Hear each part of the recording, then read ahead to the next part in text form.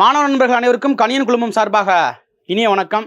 So பார்த்தீங்க அப்படின்னா இந்த வீடியோவில் என்ன பார்க்க போகிறோம் அப்படின்னு பார்த்தீங்கன்னா, ஃபர்ஸ்ட் ஆஃப் ஆல் ஸோ நமக்கு வந்து 6th to 12th இருக்கக்கூடிய தேர்வுக்கு எதிர்பார்க்கக்கூடிய ஒரு 100 வினாக்களுடைய தொகுப்பு நம்ம ஹிஸ்ட்ரியிலேருந்து பார்க்க போகிறோம். சரிங்களா? ஆல்ரெடி பார்த்தீங்க அப்படின்னா டார்கெட் டபுள் ஸ்டார் அப்படின்னு ஒரு சீரியஸ் இருந்துச்சு இல்லையா? ஸோ அதனுடைய தொடர்ச்சி தான் இது. சரிங்களா? ஸோ இதில் பார்த்தீங்க அப்படின்னா முழுக்க படிச்சுட்டு இருக்க மாணவங்க இல்லை படித்து முடிச்சவங்க எல்லா பேருக்குமே பார்த்தீங்க அப்படின்னா ஒரு தனித்துவமான ஒரு அனுபவத்தை இந்த வீடியோ சீரீஸ் உங்களுக்கு கொடுக்கும். சரிங்களா? சார் இதில் பார்த்தீங்க அப்படின்னா மேலும் நம்ம இது 100 கொஷின் தான் அப்படின்னு பார்த்தீங்கன்னா 100 கொஷின் கிடையாது. அதை தாண்டியும் நமக்கு 6th to 12th இருக்க கண்டென்ட் எல்லாத்தையுமே என்ன செய்வோம், நம்ம கொடுத்துருவோம், ஃபுல்லாக கொடுத்துருவோம். அதனால் ரெகுலராக பாருங்கள், கண்டிப்பாக உங்களுக்கு யூஸ்ஃபுல்லாக இருக்கும்னு நினைக்கிறேன். சரிங்களா?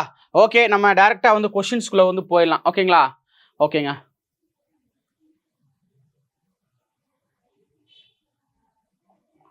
ஓகே, பாருங்கள் ஃபர்ஸ்ட் கொஷின்.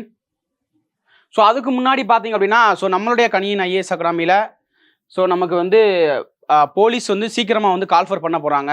அதுக்காக பார்த்தீங்கன்னா நம்ம ஜூன் 16ஆம் தேதியிலேருந்து ஒரு புதிய கிளாஸ் ஸ்டார்ட் பண்ணியிருக்கோம். 16, 17, 18 தேதிகள் ஒரு கிட்டத்தட்ட 3 to 5 நாட்களுக்கு ஃப்ரீ டெமோ கிளாஸ் தான் போயிட்டு இருக்குது. தேவையான மாணவர்கள் யூஸ் பண்ணிக்கங்க. சரிங்களாங்க? இதில் என்ன கூடுதல் பெனிஃபிட் அப்படின்னு சொல்லி பார்த்தீங்கன்னா, SIPCக்கு பார்த்தீங்கன்னா கம்பைனாக கிளாஸ் நடக்குது. அதே மாதிரி பார்த்தீங்க அப்படின்னா இதில் இன்னும் கூடுதல் பெனிஃபிட் என்ன அப்படின்னா, நீங்கள் பிசி போலீஸ் பாஸ் ஆகிற வரைக்கும் நீங்கள் இங்கே படிச்சுக்கலாம். சரிங்களா? அது கூடுதல் ஒரு பெனிஃபிட். சரிங்களாங்க? அதே மாதிரி பார்த்தீங்க அப்படின்னா நம்மளுடைய 20 செட்டு புக்கு காம்போ பார்த்தீங்கன்னா தற்போது ஆஃபர் ப்ரைஸில் போய்கிட்டு இருக்குது. தேவையான மாணவர்கள் நம்மளுடைய www.kaniyanbooks.in அப்படின்ற வெப்சைட்டில் போய் நீங்கள் பர்ச்சேஸ் பண்ணிக்கலாம். சரிங்களா? ஓகே ஓகேங்க. ஓகே, ஃபர்ஸ்ட் கொஸ்டின் பாருங்கள். ஃபர்ஸ்ட் கொஸ்டின் நமக்கு இப்போ குரூப் 1 நடந்து முடிஞ்சிச்சு இல்லையா? அதிலெல்லாம் பார்த்தீங்க அப்படின்னா கொஷின்ஸ் எல்லாமேவும் கூற்று காரணம் தான். பார்த்தீங்கன்னா ஃபுல்லாமேவும் கூற்று காரணம் தான். சரிங்களா? அதனால் நமக்கு கேள்விகள் எப்படி வேணால் கேட்கலாங்க. சரிங்களா? எப்படி வேணால் கேட்கலாம், ஒன்லைனாக இருக்கலாம், கூற்று காரணமாக இருக்கலாம். ஏன்னா அவனுக்கு என்ன செய்யணும், எல்லாத்தையும் கழட்டி விடணும், அவனுக்கு டஃப்பாகணும் கொஷினை.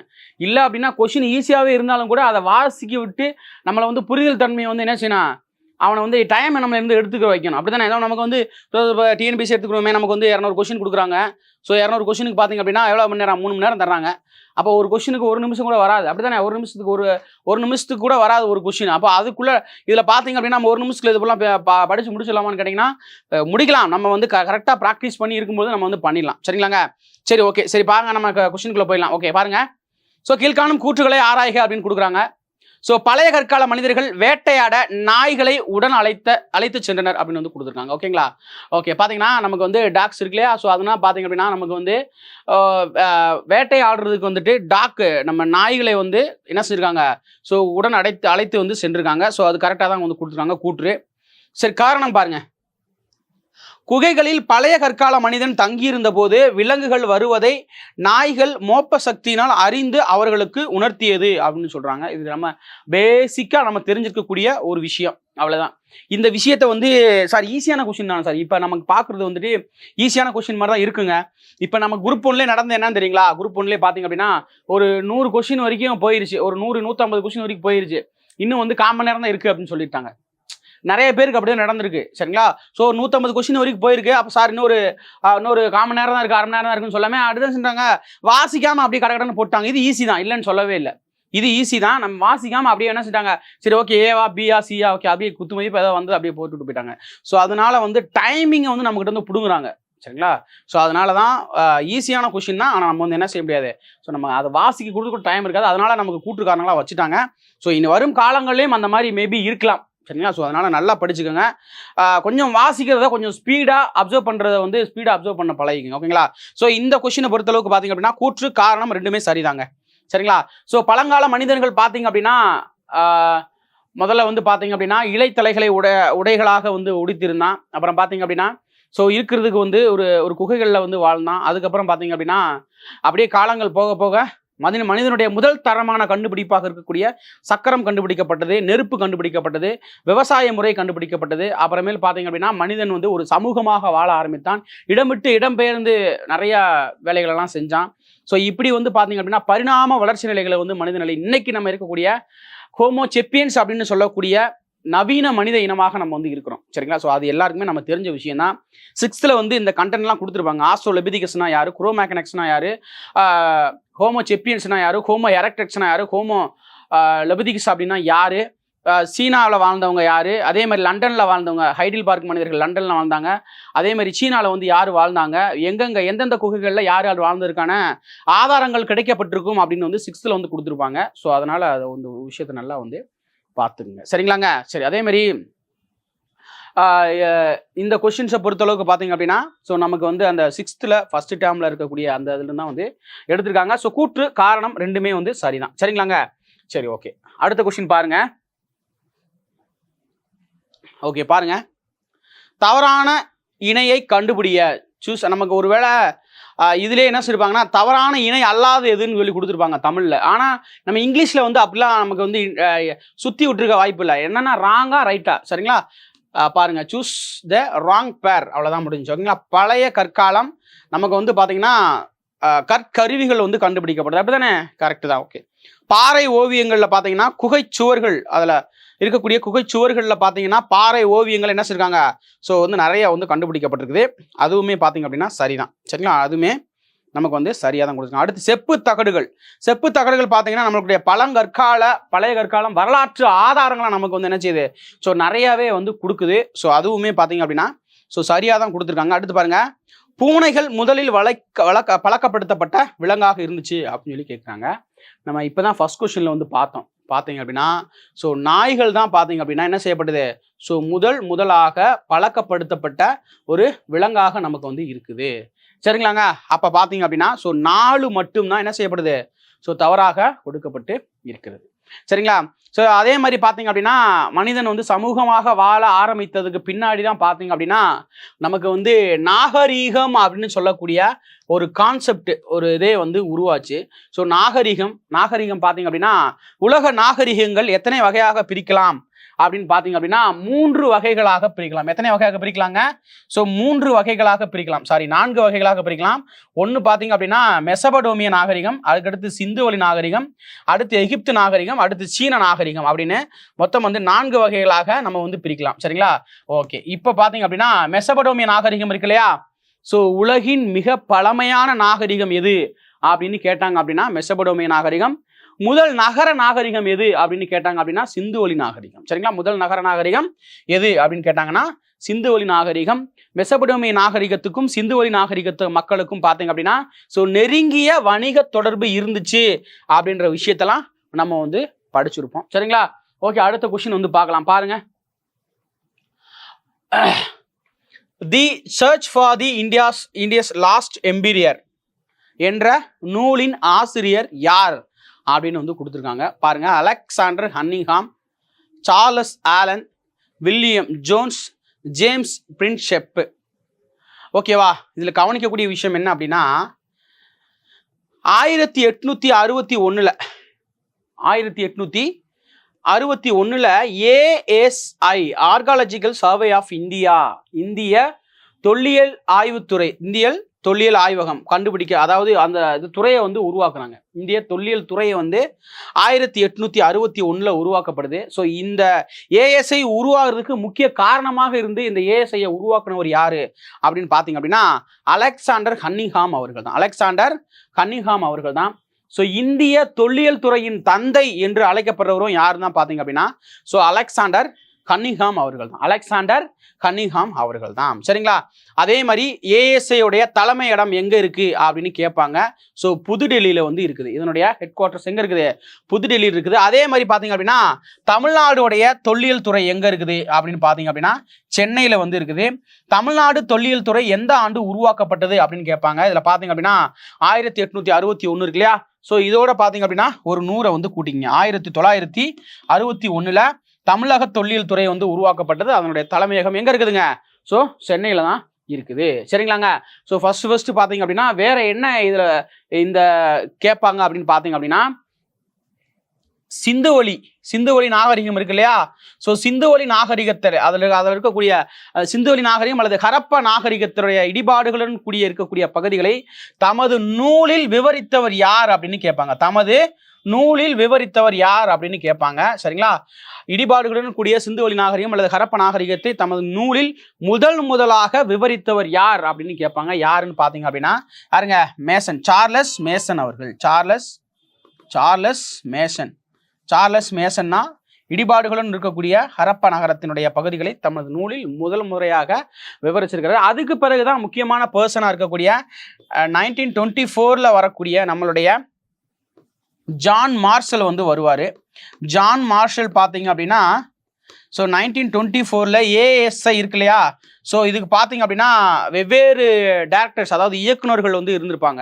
சரிங்களா? அதனுடைய தலைவர்கள் மாதிரி இருக்கக்கூடிய இயக்குநர்கள் வந்திருப்பாங்க. ஸோ 1924 ஜான் மார்ஷல் அவர்கள் தான் பார்த்தீங்கன்னா சிந்துவெளியை நமக்கு முறையாக அறிவித்தவர் யார் அப்படின்னு சொல்லி பார்த்தீங்கன்னா ஜான் மார்ஷல் அவர்கள் தான். இவர் தான் என்ன சொல்லியிருப்பாருன்னு பார்த்தீங்க அப்படின்னா ஹரப்பா மற்றும் மொஹஞ்சதாரோ இடையேயான பொதுவான அம்சங்கள் இருக்கு, பொதுவான அம்சங்களுடன் காணப்படுகிறது அப்படின்னு சொன்னவர் யாருன்னு பார்த்தீங்க அப்படின்னா ஜான் மார்ஷல் தான். சரிங்களாங்க? ஸோ கொஸ்டின் நம்பர் பாருங்க. The search for the India's lost emperor என்ற நூலில் எழுதியவர் யார் அப்படின்னு கேட்குறாங்க. ஸோ யாரு பார்த்தீங்க அப்படின்னா சார்லஸ் ஆலன் அவர்கள் தான் இந்த நூலை வந்து எழுதியிருக்காங்க. ஸோ சார்லஸ் ஆலன் இது யாரை பற்றிய நூல் அப்படின்னு கேட்டாங்க அப்படின்னா ஸோ நம்மளுடைய விலங்குகளுக்கு அப்படின்னு உலகத்திலேயும் முதலாக ஒரு மருத்துவமனையை அமைத்த பெருமை நம்மளுடைய அசோகரை தான் சேரும். ஸோ அசோகரை பற்றி சொல்லக்கூடிய ஒரு முக்கியமான ஒரு நூல் தான் பார்த்தீங்க அப்படின்னா இந்தியாஸ் லாஸ்ட் எம்பீரியர் அப்படின்னு சொல்லக்கூடிய ஒரு நூல். சரிங்களா? மௌரிய பேரரசராக இருந்த அசோகர் பார்த்தீங்கன்னா அசோகருடைய தந்தை பிந்துசாரர், அவங்க அப்பா வந்து பார்த்தீங்கன்னா சந்திரகுப்த மௌரியர் தான் பார்த்தீங்கன்னா ஸோ மௌரிய வம்சத்தை ஃபர்ஸ்ட் வந்து ஸ்டார்ட் பண்ணி வச்சிருப்பாரு. ஸோ மௌரிய வம்சத்தை ஸ்டார்ட் பண்ண சந்திரகுப்த மௌரியர் பார்த்தீங்க அப்படின்னா ஸோ தென்னிந்தியாவில் இருக்கக்கூடிய கர்நாடகா மாநிலத்தில் இருக்கக்கூடிய சரவண பெலகலா அப்படின்னு சொல்லக்கூடிய சமண மதத்தினுடைய முக்கியமான ஒரு பகுதி இடமாக இருக்கக்கூடிய, சரிங்களா, அந்த சரவண பெலகலாவுக்கு வந்து யார் கூப்பிட்டு வந்திருப்பாங்க அப்படின்னு கேட்பாங்க. ஸோ பார்த்தீங்கன்னா சரவண பெலகலாவுக்கு சந்திரகுப்த மௌரியரை கூப்பிட்டு வந்தவர் யாரு அப்படின்னா பத்ரபாகு அப்படின்றவர் தான் கூப்பிட்டு வந்திருப்பார். யாருங்க? ஸோ பத்ரபாகு அப்படின்றதான் வந்து கூட்டு வந்திருப்பாரு. அங்கே வந்து பார்த்தீங்க அப்படின்னா சல்லேகனா அப்படின்னு சொல்லக்கூடிய சமணத்தினுடைய ஒரு நோன்பாக இருக்கக்கூடிய சல்லேகனா அப்படின்ற நோன்புல இருந்து என்ன சொல்லுவாரு? ஸோ பார்த்தீங்க அப்படின்னா நம்மளுடைய சந்திரகுப்த மௌரியர் இறந்து போறாரு. அதுக்கு அடுத்து வந்து பிந்துசாரர் வந்து வருவார். அமிர்த கதா என்று அழைக்கப்பட்டவர் யார் அப்படின்னு கேட்பாங்க. ஸோ பிந்துசாரர் வந்து பார்த்தீங்க அப்படின்னா ஸோ உஜ்ஜயினுடைய ஆளுநராக தனது மகன் அசோகரை வந்து நியமிப்பார். அதுக்கு பின்னாடி பார்த்தீங்க அப்படின்னா அவங்க அப்பா இறந்து போனதுக்கு பின்னாடி அசோகர் என்ன செய்வார்? மௌரியத்தினுடைய மிகப்பெரிய பேரரசராக முடிசூட்டப்படுவார். 261 கிமு 261 ஸோ கலிங்க போரின் வெற்றிக்கு பின்னாடி போரே வேணாம் அப்படின்னு சொல்லி ஒதுங்கி போயிடுவார். அதுக்கு பிறகு பார்த்தீங்க அப்படின்னா புத்த மதத்தை வந்து ஃபாலோ பண்ணுவார். ஸோ நம்மளுடைய இந்தியாவில் புத்த மதம் பரவுறதுக்கு ஒரு மிகப்பெரிய ஒரு செயல்பாடுகளை செய்த மன்னர் தான் யார் அப்படின்னா அசோகர் அவர்கள். தனது மகள் 2 பேர்த்தையுமே பார்த்தீங்கன்னா இலங்கைக்கு அனுப்பிச்சு, தனது மகன் மகிந்தன் மற்றும் சங்கமித்ராய் 2 பேர்த்தையுமே பார்த்தீங்கன்னா இலங்கைக்கு அனுப்பி ஸோ புத்த மதத்தை பரப்பக்கூடிய அளவுக்கு அவர் புத்தத்தினால் ஈர்க்கப்பட்டிருக்காரு. ஏன்னா அந்த கலிங்க போரில் பார்த்தீங்கன்னா நிறைய மக்கள் வந்து என்ன செஞ்சாங்க? ஸோ இறந்து போயிட்டாங்க. அந்த இறந்த மக்களெல்லாம் பார்த்து துயருற்ற நம்மளுடைய அசோகர் அவர்கள் என்ன செஞ்சிட்டாரு? ஸோ இனிமேல் வந்து நமக்கு வந்து இந்த கொல்ற வேலையே நமக்கு வேணாம் அப்படின்னு சொல்லிட்டு போரவே வேணாம் அப்படின்னு சொல்லி வெறுத்து ஒதுக்கிட்டாரு. ஸோ அதுக்கு பிறகுதான் பார்த்தீங்க அப்படின்னா புத்த மதத்தை பயங்கரமாக ஃபாலோ பண்ணுவார். புத்தத்தை பரப்புறதுக்காகவே பார்த்தீங்கன்னா தன்னுடைய அரசவையில் ஒரு மிகப்பெரிய ஒரு டீமையே வந்து வச்சிருந்தார் அசோகர் அவர்கள். சரிங்களாங்க? அதே மாதிரி பார்த்தீங்க அப்படின்னா ஜுனாகத் மற்றும் கிர்னார் கல்வெட்டு அப்படின்னு சொல்லி கொடுத்துருப்பாங்க. ஜுனாகத் கிர்னார் கல்வெட்டு, இந்த கல்வெட்டு பார்த்தீங்கன்னா ருத்ரதாமனுடைய ஜுனாகத் மற்றும் கிர்னார் கல்வெட்டு பார்த்தீங்க அப்படின்னா நம்மளுடைய சந்திரகுப்த மௌரியருக்கு ஆட்சி காலத்தில் கட்டப்பட்ட சுதர்சனா ஏரி, அந்த ஏரி பார்த்தீங்கன்னா சந்திரகுப்த மௌரியர் ஆட்சி காலத்தில் கட்ட ஸ்டார்ட் பண்ணியிருப்பாங்க. ஸோ அந்த சுதர்சனா ஏரி பார்த்தீங்க அப்படின்னா கடைசியாக வந்து அசோகர் காலத்தில் வந்து என்ன செய்யப்பட்டிருக்கும்? அந்த வேலைகளெல்லாம் முடிவடைஞ்சிருக்கும். சரிங்களா? ஸோ அந்த ஒரு விஷயத்தை வந்து நம்மளுடைய சுதர்சனா ஏரி ஜுனாகத் மற்றும் கிர்னார் ஏரி அவர் வந்து ரொம்ப தெளிவாக வந்து நமக்கு வந்து கொடுத்துருப்பாங்க. சரிங்களா? ஸோ அதனால் வந்து நம்ம ஓவராலாக வந்து பார்த்துக்கணும். சரிங்களா? ஸோ கொஸ்டின் நம்பர் 3க்கு என்னங்க ஆன்சர் பி தான் நமக்கு வந்து ஆன்சர். ஓகேங்களா? ஓகே, நெக்ஸ்ட் ஒன் பாருங்க. மனிதர்கள் மற்றும் அவர்களின் பரிணாம வளர்ச்சியை பற்றிய படிப்புக்கு என்ன பேரு அப்படின்னு கேட்குறாங்க. பாருங்க, இதெல்லாம் ரொம்ப சிம்பிளான கொஸ்டினுங்க. நாணயம் பற்றி படிக்கிறது நாணயவியல், கல்வெட்டுகளை பற்றி படிக்கிறது வந்துட்டு பார்த்தீங்க அப்படின்னா என்னது எபிகிராஃபி, கல்வெட்டியல். சரிங்களா? அதுக்கடுத்து பார்த்தீங்கன்னா ஆந்த்ரோபயாலஜி, என்னங்க மனிதர்கள் மற்றும் அவருடைய பரிணாம வளர்ச்சியை பற்றி படிக்கிறது என்னதுங்க? ஸோ மானிடவியல், ஆந்த்ரோபயாலஜி. சரிங்களா? ஆந்த்ரோபாலஜி. சரிங்களா? ஸோ இந்த மாதிரி கொஷின்ஸ்லாம் நமக்கு கேட்பாங்களான்னு கேட்டிங்கன்னா கண்டிப்பாக கேட்க மாட்டாங்க. கொஞ்சம் நமக்கு இதிலே கொஞ்சம் ட்விஸ்ட் அடிக்கிற மாதிரி கொஷின்ஸ் எல்லாம் கேட்பாங்க. சரிங்களாங்க? சரி, ஓகே. இதில் நம்ம என்ன தெரிஞ்சுக்கலாம், ஏன் சார் இந்த கொஷினை கொண்டு வந்திருக்கீங்க அப்படின்னு சொல்லி பார்த்தீங்க அப்படின்னா, இந்த பரிணாம வளர்ச்சி நிலைகள் பார்த்தீங்க அப்படின்னா இதிலிருந்து கண்டிப்பாக வந்து கொஷின்ஸ் வந்து வருங்க. என்ன மாதிரி கொஷின்ஸ் கேட்பாங்கன்னு பார்த்தீங்க அப்படின்னா, முதலாக எலும்பாலான கருவிகளை வந்து எந்த மனித இனம் எந்த பரிணாம வளர்ச்சி நிலையை வந்து பயன்படுத்துச்சு, அதுக்கடுத்து பார்த்தீங்கன்னா நவீன மனித இனம் யாரு, அதுக்கடுத்து இறந்தவர்களை வந்து புதைக்கக்கூடிய பழக்கத்தை வந்து எந்த பரிணாம வளர்ச்சி வந்து வச்சிருந்தாங்க அப்படின்ற விஷயம் மாதிரி நம்ம கொஸ்டின்ஸ் வந்து கேட்பாங்க. சரிங்களாங்க? ஸோ கொஸ்டின் நம்பர் 3க்கு ஒரு சிம்பிளான ஒரு கொஸ்டின் தான். ஸோ அடுத்த கொஸ்டின் வந்து போயிடலாம். ஓகேங்களா? 4வது கொஸ்டினுக்கு வந்து ஆன்சர் சி. அடுத்து பாருங்க, சிந்துவெளி மக்கள் அறிந்திராத விலங்கு. நம்ம குரூப் 4ல ஆல்ரெடி கேட்டாங்க, இனிமேல் கேட்க மாட்டாங்கலாம் கிடையாது, கண்டிப்பாக கேட்க வாய்ப்புகள் இருக்குது. பார்த்தீங்க அப்படின்னா அறிந்திராத, நல்லா கவனிங்க, கரும்பு இரும்பு குதிரை. கரும்பு இரும்பு குதிரை, இதை ஏன் வச்சுக்கோங்க, கரும்பு இரும்பு குதிரை. சரிங்களா? ஓகே. பாருங்க, என்ன சார் கரும்பு இரும்பு குதிரை? ஸோ பார்த்தீங்க அப்படின்னா கரும்பு விவசாயத்தை பற்றி அவங்களுக்கு தெரியாது, இரும்பு உலோகத்தை பற்றி அவங்களுக்கு தெரியாது, குதிரை விலங்கை பற்றி அவங்களுக்கு தெரியாது. சரிங்களா? ஸோ இந்த 3மே அவங்களுக்கு என்ன செய்யாது, அவங்களுக்கு வந்து தெரியாது. ஸோ பார்த்தீங்க அப்படின்னா 5வது கொஸ்டினுக்கு ஆன்சர் சி. சிந்துவெளி மக்களை பொறுத்தளவுக்கு பார்த்தீங்க அப்படின்னா நான் ஆல்ரெடி சொன்னதான். ஸோ உலகிலே ஒரு நகர நாகரிகம் அப்படின்னு பார்த்தீங்க அப்படின்னா சிந்துவெளி நாகரிகம் தான். முதலாக கண்டுபிடிக்கப்பட்ட பகுதி ஹரப்பா. 1921 எங்கே சார் இருக்குன்னு பார்த்தீங்க அப்படின்னா பஞ்சாப், பாகிஸ்தான் இருக்கக்கூடிய பஞ்சாப் பகுதி ஹரப்பா. மொஹஞ்சதாரோ அது யார் கண்டுபிடிச்சாங்கன்னு கேட்பாங்க. ஹரப்பா பார்த்தீங்க அப்படின்னா தயாராம் சஹானி அப்படின்றதான் கண்டுபிடிச்சார். தயாராம் சஹானி அப்படின்றது தான் கண்டுபிடிச்சாரு. ஸோ அதுக்கடுத்து பார்த்தீங்க அப்படின்னா மொஹஞ்சதாரோ 1922 கண்டுபிடிக்கப்பட்ட பகுதி மொஹஞ்சதாரோ. ஸோ ஹரப்பா பார்த்தீங்க அப்படின்னா புதையுண்ட நகரம் அப்படின்னு சொல்லுவாங்க. புதையுண்ட நகரம் அப்படின்னு சொல்லுவாங்க. மிகவும் பழமையான நகரம் அப்படின்னு சொல்லுவாங்க. மிகவும் பழமையான நகரம்னு சொல்லுவாங்க. ஹரப்பா பார்த்தீங்க அப்படின்னா இறந்தவர்கள் மேடு அல்லது இடுகாட்டு மேடு அப்படின்னு சொல்லுவாங்க. சிந்துவின் செழிப்பான பகுதி எது அப்படின்னு கேட்பாங்க. சிந்துவின் செழிப்பான பகுதி பார்த்தீங்க அப்படின்னா மொஹஞ்சதாரோ தான். இது வந்து 1922 பார்த்தீங்கன்னா ஆர்டி பானர்ஜி என்பவரால் கண்டுபிடிக்கப்பட்ட பகுதி. ஆர்டி பானர்ஜி என்பவரால் கண்டுபிடிக்கப்பட்ட பகுதி. சரிங்களாங்க? சரி, ஓகே. கூடுதல் விஷயத்தை அடுத்ததுல பார்ப்போம். ஓகே, பாருங்க 6வது கொஸ்டின். நகரம் என்ற சொல் எம்மொழி சொல்லிருந்து பெறப்பட்டது அப்படின்னு வந்து கேட்குறாங்க. சரிங்களாங்க? ஸோ நமக்கு நகரம் என்ற சொல் லத்தீன் மொழி சொல்லிருந்தாங்க பெறப்பட்டது. சரிங்களா? ஓகே, நமக்கு லத்தீன் என்ற சொல்லிருந்து தான் பெறப்பட்டது. அதே மாதிரி பார்த்தீங்க அப்படின்னா சிந்துவெளியில் பார்த்தீங்கன்னா அவங்களுடைய வேளாண் முறை என்ன மாதிரி இருந்துச்சு அப்படின்னு பார்த்தீங்க அப்படின்னா இங்கே பார்த்தீங்கன்னா வேளாண் முறை பார்த்தீங்கன்னா இரட்டை சாகுபடி முறையை வந்து ஃபாலோ பண்ணாங்க. சிந்துவெளி மக்கள் இரட்டை சாகுபடி முறையை வந்து ஃபாலோ பண்ணாங்க. ஜெபு அப்படின்னு சொல்லக்கூடிய பெரிய மாட்டோடைய வகையை வந்து அவங்க வந்து வச்சுருந்தாங்க. முத்திரைகளில் பார்த்தீங்கன்னா காளையுடைய உருவம் வந்து அதிகமாக பொறிக்கப்பட்டு இருந்திருக்குது. ஸோ அவங்களுடைய ஆடைகள் பார்த்தீங்கன்னா சிவப்பு மணிக்கள், அதாவது செம்மணின்னு சொல்லக்கூடிய கார்னிலியன் அந்த கற்கள் வந்து அணிகலன்களை வந்து அவங்க வந்து அணிஞ்சிருந்தாங்க. அதுக்கடுத்து பார்த்தீங்கன்னா மெசபோடோமிய மக்களுடன் நெருங்கிய வணிக தொடர்பு வந்து வச்சிருந்தாங்க. இவங்களுடைய எழுத்து தொகுதி நம்மளால் என்ன செய்ய முடியல, நம்ம இன்னைக்கு வரைக்கும் நம்மளால அறிந்து கொள்ள முடியல. இருந்தாலும் பார்த்தீங்கன்னா 5000 எழுத்து தொகுதிகள் நமக்கு என்ன பண்ணிருக்கு ஹரப்பால ஸோ கண்டுபிடிக்கப்பட்டு இருக்கிறது. ஸோ அதுக்கு பிறகு பார்த்தீங்கன்னா இவங்களுடைய எடை பார்த்தீங்க அப்படின்னா தரமான ஒரு முழுமையான எல்லாருக்குமே பயன்படக்கூடிய வகையில் ஒரு முறையான எடை அளவு முறையை வந்து வச்சுருந்தாங்க. ஸோ இவங்க பார்த்தீங்கன்னா எத்தனை மடங்குகளில் இவங்க எடை இருந்துச்சு அப்படின்னு கேட்பாங்க. எடை விகிதம் பார்த்தீங்கன்னா 1:2:4:8:16:32 2 மடங்குகளாக இருந்துச்சு. சரிங்களா? அதே மாதிரி பார்த்தீங்க அப்படின்னா இவங்களுடைய காலம் நான் நல்லா சொல்கிறேன் கேளுங்க.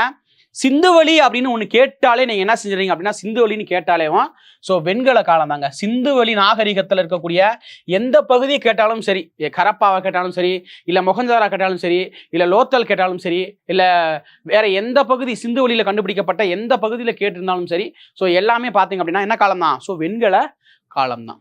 சரிங்களாங்க?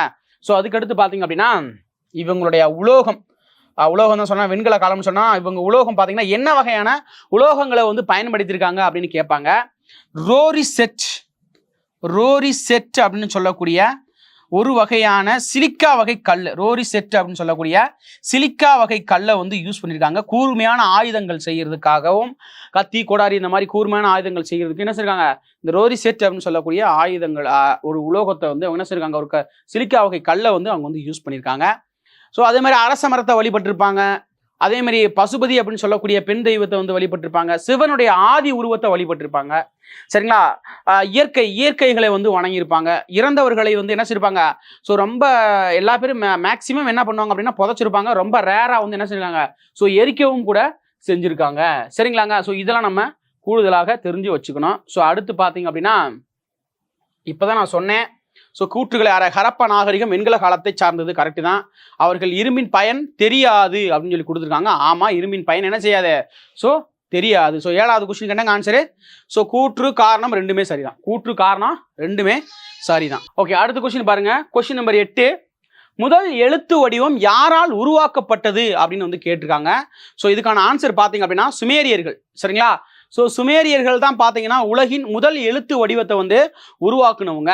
அதே மாதிரி என்ன சொன்னேன், ஸோ சிந்து வழியில் ஹரப்பால பார்த்தீங்கன்னா 5000 எழுத்து தொகுதிகள் வந்து என்ன செய்யப்பட்டிருக்கு, ஸோ கண்டுபிடிக்கப்பட்டிருக்குது. ஆனால் இதை நம்மளால் என்ன சொல்ல முடியல, ஸோ சரியாக நம்மளால் என்ன செய்ய முடியல, ஸோ அப்சர்வ் பண்ண முடியல. அது வந்து நம்ம புரிஞ்சுக்கிற முடியாத அளவுக்கு வந்து இருக்குது. சரிங்களா? அதே மாதிரி மொஹஞ்சதாரோ பார்த்தீங்க அப்படின்னா, மொஹஞ்சதாரோல ஒரு 4 முக்கியமான இடம் ஞாபகம் வச்சுக்கோங்க. 4 முக்கியமான பொருட்களை வந்து கண்டுபிடிச்சிருப்பாங்க. ஒன்று பார்த்தீங்க அப்படின்னா நமக்கு வந்து குளியல் தொட்டி. சரிங்களா? குளியல் தொட்டி நமக்கு வந்து பார்த்தீங்கன்னா பொது குளியல் தொட்டி. அது வந்து என்ன செஞ்சிருப்பாங்க அப்படின்னா, ஸோ இறங்கி போகிறதுக்கும் ஏறி வர்றதுக்கும் பார்த்தீங்க அப்படின்னா படிக்கட்டுகள் வந்து இருந்திருக்கும். ஸோ அதுக்கடுத்து பார்த்தீங்க அப்படின்னா தண்ணி வந்து ஒரு கிணத்துலேருந்து இறச்சி கொண்டு வரப்பட்டு அந்த தொட்டியில் வந்து இருக்கும். தொட்டியில் பார்த்தீங்கன்னா ஓட்டையில் வந்து தண்ணி போகாமல் இருக்கிறதுக்காக வந்து இயற்கை தார் வந்து பூசியிருப்பாங்க. ட்ரெஸ்ஸு மாற்றுறதுக்கு பார்த்தீங்கன்னா தனியாக வந்து ஒரு அறை வந்து கொடுத்துருப்பாங்க. ஸோ இதெல்லாம் பார்த்தீங்கன்னா அந்த குளியல் தொட்டியில் வந்து கொடுத்துருப்பாங்க. சரிங்களா? ஸோ அதுக்கடுத்து பார்த்தீங்கன்னா பெரிய கட்டடம், ஒரு பெருங்கட்டடம் பார்த்தீங்க அப்படின்னா ஒரு கூட்ட அரங்கமாக இருக்கக்கூடிய ஒரு கட்டடம். அதுக்கடுத்து பார்த்தீங்கன்னா ஒரு ஆண் சிலை, மதகுருன்னு சொல்லுவாங்க இல்லையா, அவருடைய சிலை அல்லது ஒரு அந்த ஒரு முக்கிய தலைவருடைய ஒரு சிலையாக இருக்கலாம் அப்படின்னு வந்து சொல்றாங்க. அந்த சிலை வந்து எங்க தான் கண்டுபிடிக்கப்பட்டிருக்குது, ஸோ மொஹஞ்சதாரோல தான் கண்டுபிடிக்கப்பட்டிருக்குது. அதுக்கடுத்து பார்த்தீங்கன்னா நடனம் ஆடக்கூடிய ஒரு பெண்ணுடைய சிலை, நடனம் ஆடுன்னு சொல்லுவாங்க, நடனம் ஆடக்கூடிய ஒரு பெண்கள சிலை, வெண்கலத்தாலான அந்த சிலையும் எங்க தான் கண்டுபிடிக்கப்பட்டிருக்குன்னா மொஹஞ்சதாரோல கண்டுபிடிக்கப்பட்டிருக்குது. சரிங்களாங்க? ஓகே, அடுத்து 8வது கொஸ்டினுக்கு வந்து ஆன்சர் சி. 9வது கொஸ்டின் பாருங்க. ஹரப்பா நாகரிகம் அழிந்ததற்கான காரணம். இது எல்லாத்தையும் சொல்லிட்டீங்க சார், இது எப்படி சார் இருந்தது, எப்படி சார் அப்போ நம்ம அதில் தொட்டு தான் சார் வந்திருப்போம் அப்படின்னு பார்த்தீங்க அப்படின்னா, நமக்கு வந்து லோத்தல் சொல்லலை, ஒரு துறைமுக நகரமாகவும் சிந்து வழியில் கண்டுபிடிக்கப்பட்ட ஒரு துறைமுக நகரமாகவும் ஒரு கப்பல் கட்டும் தளமாகவும் இருந்த பகுதி தான் அந்த லோத்தல், குஜராத்தில் இருக்கக்கூடிய அந்த பகுதி. ஸோ இதில் பார்த்தீங்கன்னா ஒரு காலகட்டத்துக்கு அடுத்து, அதாவது சிந்து வழி நாகரிகம் பார்த்தீங்க அப்படின்னா கிமு 3300 1900 இடைப்பட்ட காலத்தை தான் பார்த்தீங்க அப்படின்னா கிமுங்க. இப்போ இருக்கிற புக்கில் பார்த்தீங்கன்னா போ ஆ மூ அப்படின்னு வந்து கொடுத்துருப்பாங்க, அப்படி தானே, கோஆமுன்னு கொடுத்துருப்பாங்க. ஓகேவா? சரி, ஓகே. இதில் பார்த்தீங்க அப்படின்னா இந்த காலகட்டத்தில் இவங்க வந்து இருந்திருப்பாங்க. ஸோ 1900 கிமு 1900 காலகட்டத்தில் மத்திய ஆசியா பகுதியிலிருந்து வந்த ஆரியர்கள் அவங்க என்ன பண்ணாங்க அப்படின்னா நம்மளுடைய இந்துக்கூஸ் மலைத்தொடர்கள் வழியாக ஹைப்பர் போலன் கணவாய் வழியாக என்ட்ரன்ஸ் ஆகி கால்நடை மேய்ப்பதை தொழிலாக கொண்டு வந்தவங்க அவங்களுடைய வருகையினால என்ன பண்ணிடுச்சு அப்படின்னா, ஸோ சிந்துவெளி நாகரிகம் என்ன செய்யப்பட்டிருக்கு, படையெடுப்புன்னு சொல்லி கொடுத்துருக்காங்க பார்த்தீங்களா, அழியிறதுக்கு ஒரு முக்கியமான காரணமாக திகழ்ந்திருக்குது. ஸோ அதுக்கடுத்து பார்த்தீங்க அப்படின்னா காலநிலை மாற்றம். என்ன சார் காலநிலை மாற்றம், நம்ம வந்து சிந்து நதியில் கரையோரமாக இருந்த மக்கள் தான் என்ன சொல்கிறாங்க, சிந்துவெளி நாகரிக மக்கள்னு சொல்கிறாங்க. சிந்துவில் பார்த்தீங்கன்னா எப்பயுமே தண்ணி வந்துட்டு இருக்கும், தண்ணி வந்து கம்மியாகாது. ஸோ அதில் ஏற்பட்ட வெள்ளப்பெருக்குகள் வந்து இது காரணமாக இருக்கலாம். காலநிலை மாற்றம்னா அதானுங்க, ஸோ அது மாற்றமாக இருக்கலாம், அதில் ஏற்பட்ட வெள்ளப்பெருக்குகளும் காரணமாக இருக்கலாம் அப்படின்னு வந்து சொல்கிறாங்க. ஸோ கொஸ்டின் நம்பர் 9க்கு பார்த்தீங்கன்னா ஸோ எல்லாமே வந்து என்ன செஞ்சிருக்காங்க, ஸோ சரியாக தான் வந்து கொடுத்துருக்காங்க. 9வது கேள்விக்கு ஆன்சர் வந்து டி, அனைத்துமே சரிதான். சரிங்களா? ஓகே, சிந்துவெளி நாகரிகத்தின் தனித்துவமான சிறப்புகள் யாவை அப்படின்னு கேட்குறாங்க. சரிங்களா? ஓகே, பாருங்க. ஸோ சிந்துவெளி மக்கள் பார்த்தீங்க அப்படின்னா அவங்களுடைய வீடுகள் வந்து அடுக்குமாடிகள் இருந்திருக்குங்க. ஃபர்ஸ்ட் அடுக்குமாடிகள் என்ன செய்யப்பட்டிருக்குது, ஸோ இருந்திருக்குது, அடுக்குமாடிகள் இருந்திருக்குது. 1 அடுக்குமாடி, கால்வாய், சாக்கடை பார்த்தீங்க அப்படின்னா முறையான சாக்கடை வசதி இருந்திருக்கு. நீளமான தெரு இருந்திருக்கு, நீளமான தெரு கிட்டத்தட்ட பார்த்தீங்கன்னா அதில் 33 அடின்னு வந்து கொடுத்துருப்பாங்க ஒரு இதில். சரிங்களா. அதுக்கடுத்து பார்த்தீங்கன்னா முறையான கழிவறை வசதி வந்து எல்லா வீட்லேயுமே பார்த்தீங்க அப்படின்னா ஸோ கழிவறை வசதி வந்து இருந்திருக்குது. ஸோ பார்த்தீங்கன்னா தெருக்கள் வந்து ஒன்றே ஒன்று முட்டி கூறக்கூடிய வகையில் என்ன செய்யப்பட்டிருக்கோம், அந்த தெருக்கள் வந்து அமைக்கப்பட்டிருக்குது. சரிங்களா. இந்த மாதிரி ஸோ ஒரு முறையான ஒரு நகர கட்டமைப்பை கொண்ட பகுதி தான் சிந்துவெளி நாகரிகத்தினுடைய தனித்துவமாக இருக்கிறது. ஸோ அதான் வந்து கொடுத்துருக்காங்க பாருங்கள். நன்கு திட்டமிடப்பட்ட நகரம், கரெக்டு தான். சரியான வடிகால் அமைப்பு வந்து கொடுத்துருக்காங்க, கரெக்டு தான். மிக பழமையான நகரங்களில் ஒன்றாக இதுவும் இருக்குது. ஸோ 10வது கேள்விக்கு பார்த்தீங்க அப்படின்னா ஸோ அனைத்துமே என்ன செஞ்சுருக்காங்க, ஸோ சரி அப்படின்னா கரெக்ட். சரிங்களா. ஸோ நமக்கு பார்த்தீங்க அப்படின்னா இந்த சிந்துவெளியில பொறுத்தளவுக்கு நமக்கு எந்த எக்ஸாம் டிஎன்பிஎஸ்சி நடத்துகிற எந்த எக்ஸாம் எடுத்துக்கோங்க, கண்டிப்பாக 1 அல்லது 2 கொஷின் கண்டிப்பாக கேட்பாங்க. சரிங்களா. ஸோ அதனால் 10 கொஷின் பார்த்துக்கணும்னு நினைக்கிறேன். ஸோ அடுத்து பார்த்தீங்க அப்படின்னா ஸோ மொத்தமாக வந்து 100 கொஷினில் உங்களுக்கு எல்லாத்தையும் வந்து முடிச்சு கொடுத்துருங்க. 100 150 கூட ஆகலாம், அது வேறு விஷயம். சரிங்களா. ஸோ அதனால் பார்த்தீங்க அப்படின்னா ஸோ பாருங்கள், கண்டிப்பாக உங்களுக்கு யூஸ்ஃபுல்லாக இருக்கும்னு நினைக்கிறேன். ஸோ அடுத்தடுத்து வீடியோக்குள்ளே பார்த்தீங்க அப்படின்னா இன்னும் உங்களுக்கு நிறைய தகவல்கள், நிறைய டேட்டாஸ் வந்து உங்களுக்கு வந்து நான் கொடுக்குறேன். கண்டிப்பாக ஹிஸ்ட்ரி பொறுத்தளவுக்கு சிந்துவெளியில் நம்மளே சொன்னதான், சிந்துவெளியில் பொறுத்தளவுக்கு 1 அல்லது 2 கேள்விகள் நமக்கு எந்த டிஎன்பிஎஸ்சி குரூப் 1 இருக்கட்டும், 2 இருக்கட்டும், இல்லை 3, 4 என்ன தான் இருக்கணும், நமக்கு TNUSRB including TNUSRB with PC எல்லாத்துலேயுமே பார்த்தீங்கன்னா சிந்துவெளி நாகரிக கேள்வி இல்லாமல் இருக்கவே இருக்காது. சரிங்களாங்க. ஸோ தொடர்ந்து பாருங்கள். கண்டிப்பாக உங்களுக்கு தேவை ஏதாவது வேணும் அப்படின்னாலும் கீழே கமெண்ட் பண்ணுங்கள், கண்டிப்பாக நாங்கள் நிறைவேற்றி கொடுக்குறோம். சரிங்களா. ஸோ அதே மாதிரி தொடர்ந்து பாருங்கள். உங்களுடைய வெற்றிக்காக எங்களது கணினி குழுமம் தொடர்ந்து பயணிக்கும். மீண்டும் அடுத்த ஒரு காணொளியில் சந்திப்போம். நன்றி, வணக்கம்.